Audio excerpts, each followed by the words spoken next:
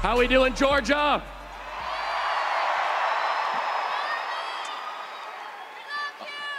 I'll tell you, this is a historic moment, everybody.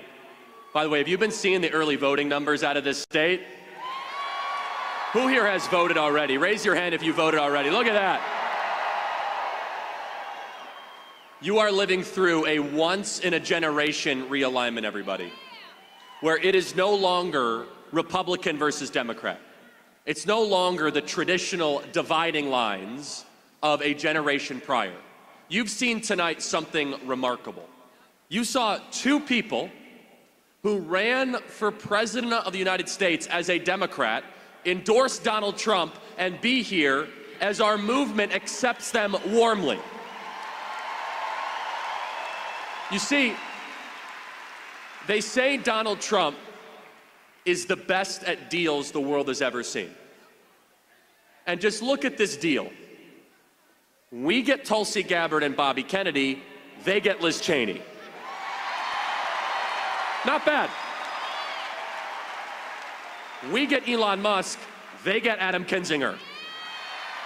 You can have them.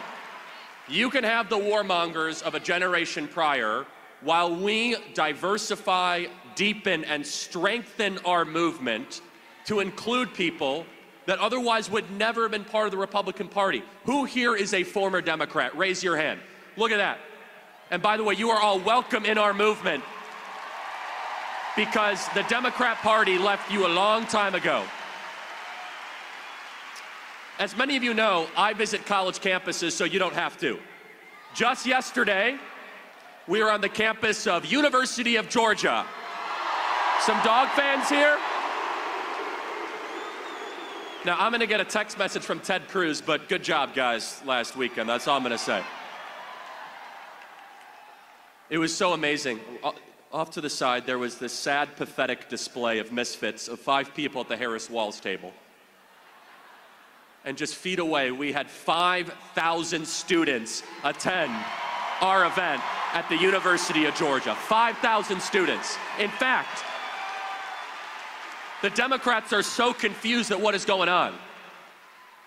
Never before has conservatism, the ideas of freedom, liberty, American exceptionalism, been so popular on these college campuses. You see, they're feeling what you're feeling, but even more so. This is the most depressed, sick, medicated, anxious generation in history. They are the first generation since George Washington to have their life and their standard of living worse off than their parents. This is a broken social contract, and how many of you feel as if the DC political class has forgotten you. The college students that I'm talking to, when they hear Kamala Harris continue on her diatribe of nothing, they recognize and realize that the DC political elite has failed them for one exception, that there were new wars under Bush and new wars under Obama and new wars under Biden, but for 4 years there were no new wars. And that for the last 4 years, people have been getting poor. In Atlanta, in order to buy a home when Donald Trump was president, you needed to make $75,000 a year. Now, it requires $135,000 a year, and interest rates are near 10%. And understand, this is intentional. They're trying to create a nation of renters because when you rent, they can control you. When you own property, you're a free citizen, and they can't tell you what to do. In order to create more conservatives and more people who love the country, you need to have the 3 M's. Young people need to get married, they need to mate, and get a mortgage. The 3 M's are 3 things the Democrat Party is against. They do not celebrate marriage. They certainly do not celebrate having children. They had an abortion truck at their national convention, and they're making it harder than ever to buy a home. Donald Trump is running on a once-in-a-generation campaign to revitalize the American dream for a generation that has been mortgaged by the DC political class over the last 50 years. And where we are right now in Georgia will determine the future of America. You see, we are doing exceedingly well with early voting right now. And this is a very important distinction. Election day is the last day of voting. We have 12 days of voting left in this state. We have days of voting still to remain. So for those of you that have already voted, You need to go find a low propensity voter, someone that is a little shaky about voting, and get them out to the polls. You have 12 days to outwork the Democrats, and that is my main message to you here. Do you really think, after they tried to put Donald Trump in prison for 700 years, they've tried to assassinate him a couple times, impeach him a couple times, that they're gonna roll over in the next 12 days? You think they're gonna hand us the keys to the White House? What Tucker said is correct. The early voting numbers are good. The voter registration numbers are good. We draw crowds 10 times, 100 times bigger than them. But you're trying to tell me that John Brennan and James Comey and Clapper and Susan Rice and Barack Obama are just gonna say, you know what, we're 12 days out. Go have the White House, MAGA. No, no, no, no. Instead, you must be on guard. In fact, you must be vigilant that these people are gonna try something in a panic despair, the likes of which we've never seen, because they know that their time is running out. They know the American people are ascendant and that their time will soon come on November 5th. So what does that mean? And you could smell it in the air. You could smell the panic. You can smell the desperation. You could smell the disgust of what they see coming forward. And the thing that scares them and terrifies them more than anything else, is that we not just vote, but we get new people to go vote, and we chase every single voter in this state and in Arizona and in Nevada and Pennsylvania and North Carolina and Wisconsin and Michigan. You see, you're going to be able to tell your kids and your grandkids about this moment. You're going to be able to tell them about the moment that you were in Georgia and the entire country was put in jeopardy. You are going to be able to tell them about when the Constitution was put in suspense. And that is why this election feels bigger than any other election that we lived through. Because it's not just the typical corporate tax rate debate that we have enjoyed. Instead, it is so much bigger. It is civilizational defining. And you need to go to every single person you know and say, are you voting for Trump? You know, I don't know if I'm gonna vote. And you have to repeat this. You say, no new wars, no tax on tips, no tax on overtime, no tax on Social Security, largest deportation effort ever, drill baby drill, gas prices low, restoration of the Constitution, Supreme Court justices we can trust, and an end to the lawfare. Those 10 things you tell every swing voter you know in this state, and you commit it to memory.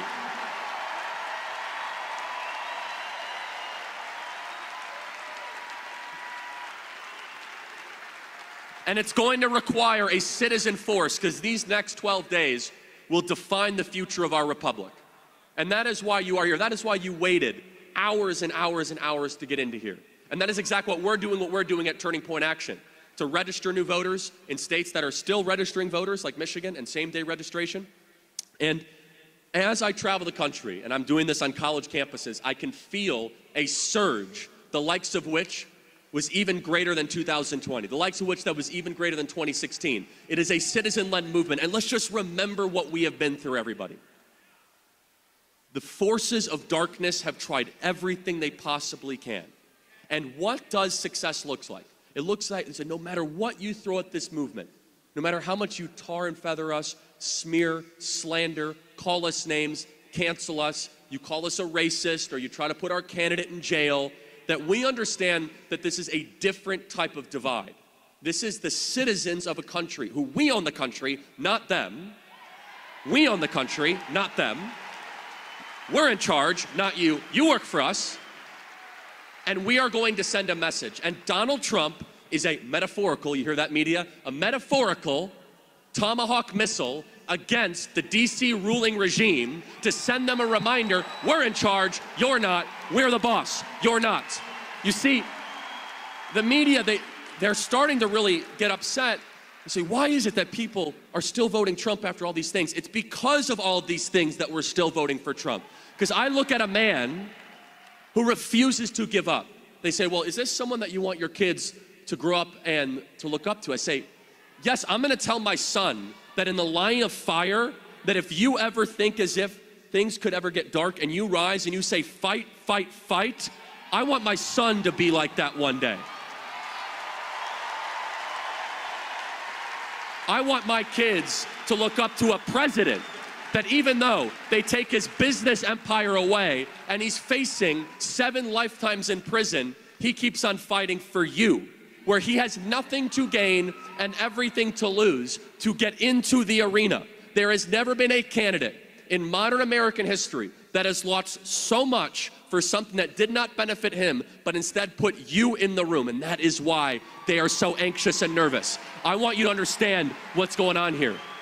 Right now, they are popping pills at Pfizer that Bobby Kennedy might run the FDA and the CDC, everybody.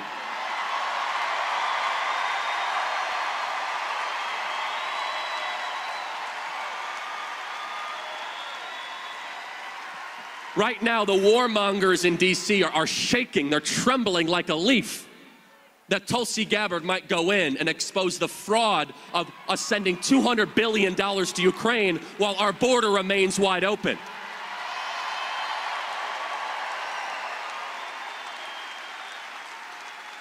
The government gangsters, as Kash Patel would put it, that have robbed us blind, they're starting to get really nervous saying, is Elon Musk really gonna come in and look at our budgets? Oh, you better believe Elon Musk is gonna come in and look at your budgets. The Department of Government Efficiency czar. And what a combo team, everybody. It is from people that have gained so much in the system and a bottom up, and the only people supporting Kamala Harris are the ones that are happy robbing more from you and covering up for their crimes. Let me say that again. The only people supporting Kamala Harris are comfortable robbing more from you and covering up for your crimes. For 50 years, this part of America has grown poorer while the Kingdom of Washington, D.C. has grown infinitely richer. The wealthiest counties in America are all centered around Washington, D.C. And the heartland of this country and the industrial base of this country, where the muscular class built this country, have seen their jobs shipped over to China, and we got a bunch of opioids in return and piles of plastic and deteriorated neighborhoods that we no longer recognize. And in a series of events that only God could orchestrate, in a series of events that only our divine Father could put together, the most unusual set of circumstances is that a billionaire from New York had to get in the arena to tell the other billionaires that have been robbing you, the game is over, you're fired, and the American people are back in charge again.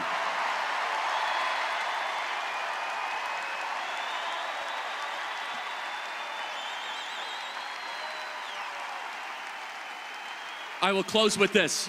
We are here in a state that is a very Christian state, a state that loves God and loves Jesus. If there was my biggest concern of this election, it is the faithful, it is the pastors that are not engaging right now in this election. We have 12 days left, and you need to lovingly challenge pastors that are silent that you have a biblical obligation to engage in this election, that you have a biblical obligation to fight evil and to exalt righteousness. For no other reason than 320,000 missing kids on our southern border right now, which is modern day slavery, and Donald Trump will put an end to it. Donald Trump is the most pro-life president in American history, as he was responsible for the reversal of Roe versus Wade, moved the embassy to Jerusalem, and more than anything else, everybody, is on the other side. The Democrat Party supports everything that God hates.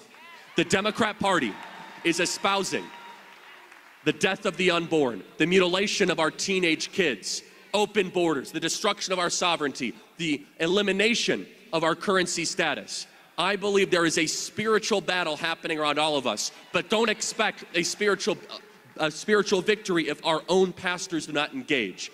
Right now, this state is a Christian state. I want to see that to continue. But we need the faithful. We need those of you that have influence over your congregation to put pressure on your pastors. And those, if you're a pastor watching this right now, I hope this touches you. I hope you, and I'm looking right in the camera right now, I hope you give a Sunday sermon and you talk about how the Democrat Party believes everything that God hates. I hope you tell your congregation how to biblically vote. I hope you challenge them and tell them to get in the arena. Because everybody, we have 12 days of voting left. This state will determine the future of America. Go vote now. Fight evil. Get in the arena. And if we do that, on November 5th, we'll be looking at that beautiful CNN clip. Donald Trump elected the 47th president of the United States. God bless you guys. Thank you.